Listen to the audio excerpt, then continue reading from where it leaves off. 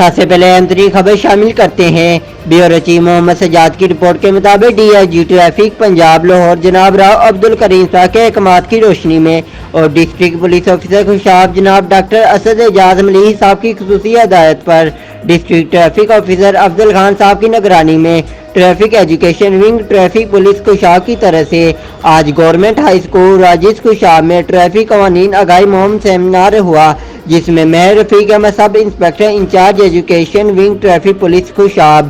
اور طارق نعیم head constable نے بچوں کو ٹریفک رولز روڈ کراس کرنے میں ہیلمٹ کے استعمال، گڈ ٹچ اور بیڈ ٹچ اور ڈینگی وائرس سے بچاؤ کے حوالے سے خصوصی لیکچر دیا گیا۔ آخر میں بچوں کو ٹریفک قوانین آگاہی مہم کے پمفلٹ بھی تقسیم کیے گئے۔ Mehr Rafiq Ahmed sub inspector in charge education wing traffic police Khushab.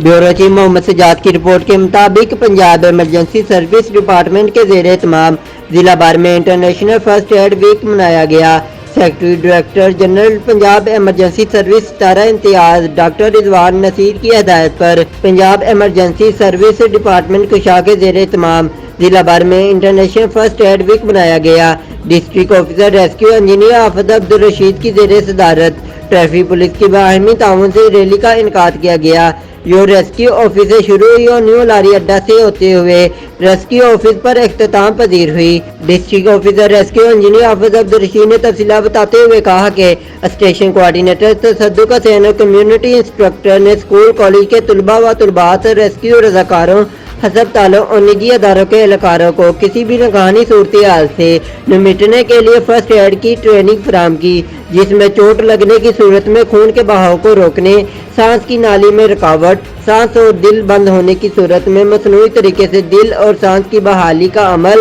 اور دوران ایمرجنسی بحفاظت مریض کی منتقل کی عملی تربیت فراہم کی۔ انہوں نے کہا کہ انٹرنیشنل فرسٹ ایڈ ویک منانے کا مقصد ہر گھر میں ایک فرسٹ ایڈر کے متعلق لوگوں میں شعور و آگاہی پیدا کرنا تھا۔ مزید انہوں نے کہا کہ تمام منظم اداروں کے اہلکاروں کے teams Punjab emergency service department سے ابتدائی طبی امداد کی ٹریننگ حاصل کریں تاکہ کسی بھی حادثے کی صورت میں وہ زیادہ سے زیادہ متاثرہ لوگوں کو ابتدائی طبی امداد مہیا کر کے قیمتی جانوں کے ضیاع میں کمی لانے میں اہم کردار ادا کر سکے۔ اور آخر میں لوگوں میں آگاہی کے لیے پمفلٹس بھی تقسیم کیے گئے۔